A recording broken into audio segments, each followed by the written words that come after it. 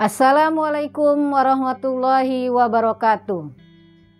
Alhamdulillahirabbil alamin. Segala puji bagi Allah Tuhan semesta alam yang telah memberikan kita nikmat iman, nikmat Islam, serta nikmat sehat walafiat. Sehingga pada pagi hari ini kita bisa melanjutkan materi kita, yaitu mengenai demokrasi dalam Islam, di mana Allah Subhanahu wa Ta'ala menuangkan masalah ini di dalam surat Al-Imran ayat 159. Mari sama-sama kita membaca surat Al-Imran ayat 159. A'udzu billahi minasy syaithanir rajim. Bismillahirrahmanirrahim. Fabima rahmatim minallahi linta lahum walau kunta fazzan ghalizal qalbi lam fandu min haulik fa'fu anhum wastaghfir lahum wa syawirhum fil amr fa'idha azamta fatawakkal 'ala Allah innallaha yuhibbul mutawakkilin. Shadaqallahul azim. Ikut penjelasan surat Al-Imran ayat 159.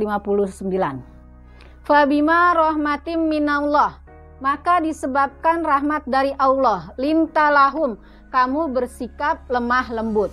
Dalam suatu musyawarah, syarat pertama yaitu lintalahum, bersikap lemah lembut, yang merupakan rahmat dari Allah Subhanahu wa Ta'ala. Walau kunta fazzon gholizol qalbi, seandainya dalam musyawarah itu terdapat keras hati, lang fadu min haulik, maka mereka akan menghindar, jadi akan bubar musyawarahnya, ya. Lalu apalagi syaratnya dalam surat Al-Imran ini dijelaskan Allah, fa'fu anhum, maka maafkanlah mereka, wastaghfir lahum, dan mintakanlah ampun untuk mereka, wasyawirhum fil am, dan bermusyawarahlah dalam suatu urusan, dalam suatu masalah. Faiza azamta fatawakkal 'ala Allah, apabila sudah membulatkan tekad, berserah dirilah kepada Allah Subhanahu wa Ta'ala. Innallaha yuhibbul mutawakkilin, sesungguhnya Allah menyukai orang-orang yang bertawakal. Bahwa dalam kehidupan kita sehari-hari yang namanya masalah itu banyak sekali. Mengenai latar belakang atau asbabul nuzul dari surat Al-Imran ayat 159 ini, yaitu ketika Rasulullah selesai mendapatkan kemenangan perang Badar. Nah, ketika mendapatkan kemenangan perang Badar ini, Rasulullah mendapatkan banyak sekali tawanan perang dari pihak musuh.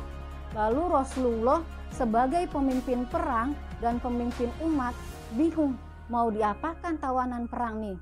Lalu diajaklah bermusyawarah Abu Bakar dengan Umar. Maka Abu Bakar pun mengemukakan pendapat. Kata Abu Bakar, ya Rasulullah, bagaimana sebaiknya para tawanan perang ini dikembalikan ke keluarganya, tetapi dengan syarat keluarganya harus memberikan tebusan. Jadi dikasih uang atau berupa unta. Yang pasti keluarganya harus memberikan tebusan supaya keluarganya yang ditawan bisa bebas. Lalu kata Umar apa? Tidak, saya tidak setuju. Maunya saya tidak usah ditebus, tetapi dengan cara dibunuh aja semua tuh tawanan perang. Nah, karena hal ini Rasulullah nggak langsung marah. Dia tetap menerapkan yang namanya apa? Lintalahum. Sifat lemah lembut, tidak langsung buru-buru diambil keputusan, tapi dia diam dulu. Akhirnya turunlah surat Al-Imran ayat 159 ini yang menjelaskan bahwa apa yang dikemukakan Abu Bakar yaitu berupa ditebus tawanan perang itu disetujui oleh Rasulullah. Jadi ketika kita dalam suatu kegiatan atau dalam kehidupan ini menghadapi masalah, itu wajib diadakan yang namanya musyawarah supaya tidak timbul masalah yang baru, supaya masalah yang lama cepat terselesaikan. Apapun, misalnya di kelas kamu belum ada ketua kelas, harus ada yang menunjuk.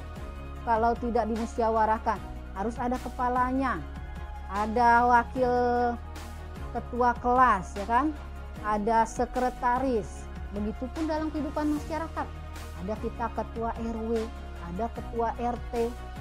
Jadi dimanapun organisasinya itu harus ada kepalanya. Jangankan dalam lingkungan lingkup yang besar. Kalau kita sholat aja, misalnya di masjid 2 orang, itu harus sudah ada yang mimpin, 1 imam, 1 makmum. Kalau kita pergi keluar dalam perjalanan, misalnya mau ke Bogor, atau mau ke Bandung, atau mau keluar negeri, perginya berdua, harus dipilih 1 siapa yang mimpin. Kalau bertiga sama, apalagi kalau jumlahnya yang banyak, harus ada yang memimpin. Supaya apa? Supaya ada seseorang yang menetapkan suatu keputusan. Jadi mengenai musyawarah ini banyak sekali syarat-syaratnya, terutama yang dalam surat Al-Imran ini. Pertama tadi syaratnya adalah lintalahum, bersifat lemah lembut. Lalu apa lagi? Fazon golizo, walau kunta fazon golizo, jangan berkeras hati, jangan keras kepala. Kenapa? Karena dalam suatu musyawarah setiap orang itu berhak mengungkapkan pendapat tanpa melihat status ekonominya. Misalnya di masyarakat, enggak semua orang kaya dan enggak semua juga miskin, enggak semua latar belakangnya pendidikannya tinggi, ada yang rendah. Nah, dalam musyawarah itu tidak boleh melihat daripada yang namanya status sosial, harus dilihat dari pendapatnya. Kalau dalam musyawarah jangan dilihat, oh iya dia mah profesor, dengerin aja, oh iya dia mah hanya pedagang kecil, nggak usah didengerin. Tidak bisa seperti itu, harus dilihat pendapat. Jadi dalam suatu musyawarah harus ada pendapat, dan pendapat itu siapapun yang mengungkapkan diterima, ya, tidak boleh memaksakan kehendak.